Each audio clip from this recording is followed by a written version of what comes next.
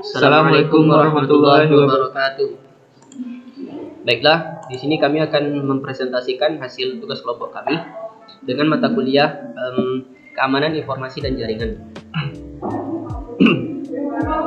Sebelumnya kami ingin memperkenalkan diri.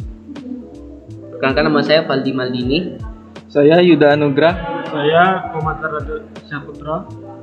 Baik, langsung saja ke materinya. Di sini ada poin-poin yang harus kami jelaskan. Pendahuluan. Yang pertama pendahuluan, jenis serangan terkait. Yang selanjutnya hasil dan dampak serangan, strategi penanganan kasus, dan terakhir motivasi. Pendahuluan. Di sini ada sebuah kasus, yaitu di Indonesia, pembuatan situs palsu di dunia perbankan dalam negeri pada Bank BCA. Dunia perbankan dalam negeri juga dijajarkan dengan ulah Stephen Haryanto yang membuat situs asli tetapi palsu layanan perbankan lewat internet BCA. Lewat situs-situs dalam kutip aspal, jika nasabah salah mengetik situs dan masuk ke situs tersebut, identitas pengguna atau user ID dan nomor identitas personal dapat ditangkap. Tercatat bahwa telah ada 130 nasabah tercuri data-datanya. Namun, menurut pengakuan Stephen pada situs Master Web Indonesia, persoalan tidak berhenti di situ. Pasalnya, banyak nasabah BCA yang merasa kehilangan uangnya untuk transaksi yang tidak dilakukan. Di Tenggarai, para nasabah itu kebobolan karena menggunakan fasilitas internet banking lewat situs atau alamat lain yang membuka link ke klik BCA, sehingga pada akhirnya memungkinkan user ID dan PIN pengguna diketahui. Dengan tujuan penyadapan dan mengambil tujuannya adalah dengan menyadap dan mengambil data informasi seperti ID, PIN, password, dan laporan keuangan nasabah dengan cara penyusupan akun, memodifikasi isinya, dan melakukan pemalsuan. Baik, saya akan melanjutkan penjelasan yang kedua. Jenis serangan yang dilakukan dalam kasus ini. Kalau dari persepsi William Sterling ada 3. Di sini jenis serangannya ada 3. Yang pertama interception attack, yang mana di sini penyerang bisa melakukan penyusupan masuk ke dalam sistem dan penyerang dapat melihat data atau informasi penting dalam sistem. Penyerangan yang dilakukan ialah wiretapping dan sniffing, yaitu kejahatan yang berupa penyusupan ke dalam sistem dan melakukan penyadapan dengan tujuan untuk mengambil data dan informasi secara ilegal. Terus jenis serangan yang kedua ada modification attack, yang mana penyerang tidak hanya bisa melihat data dan informasi penting dalam sistem, bahkan penyerang bisa memodif atau mengotak-atik isi dalam sistem dengan tujuan untuk merugikan pihak bank dan menguntungkan bagi penyerang. Dan juga penyerang dapat mengubah tampilan website dari pihak bank. Dapat dilihat di sini penyerangan yang dilakukan salah satunya seperti defacing atau mengubah tampilan situs atau website.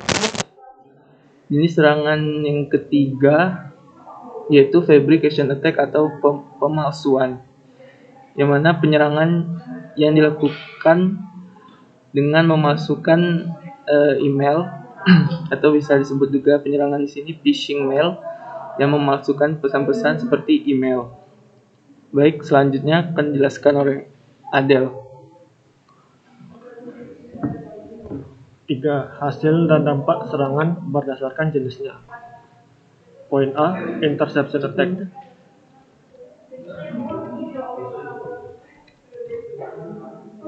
Pelaku berhasil menyusup ke dalam sistem dan menyadap data dan informasi berupa ID, PIN, password dari nasabah. Dampaknya: 1. Dapat diketahuinya data rahasia para nasabah.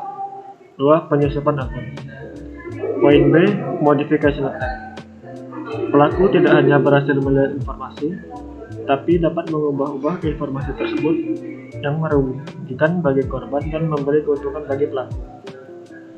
Pelaku mengubah tampilan website, menempelkan trojan virus pada web atau email.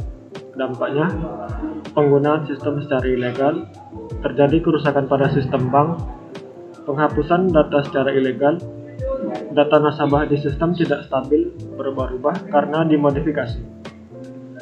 Poin C, fabrication attack. Pelaku berhasil mendapatkan data dan informasi nasabah, tetapi dengan cara memalsukan pesan-pesan seperti email, dengan menggunakan link palsu, serta membuat situs yang tampak seperti asli, namun kenyataannya itu merupakan situs palsu. Dampaknya, bocornya data dan informasi nasabah bank, lalu masuknya virus ke dalam sistem. Selanjutnya akan dijelaskan oleh Waldi Maldini Abbas.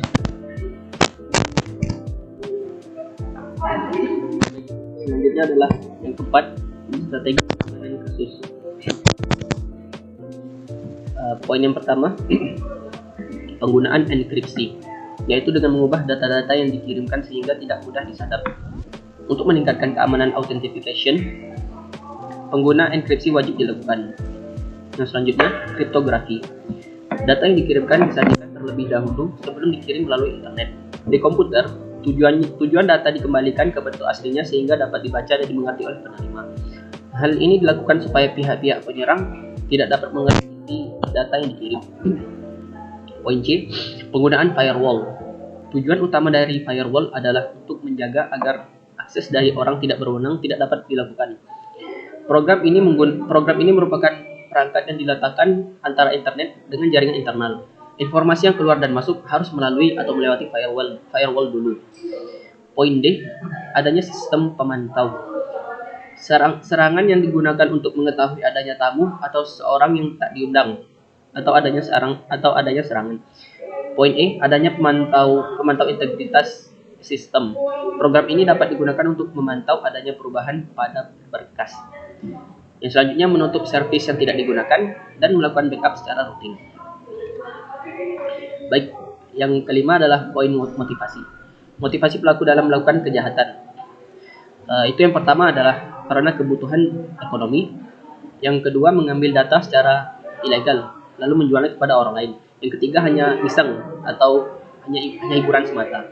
Baik, sekian dari kelompok kami. Maaf apabila ada salah kata. Kami akhiri. Assalamualaikum warahmatullahi wabarakatuh.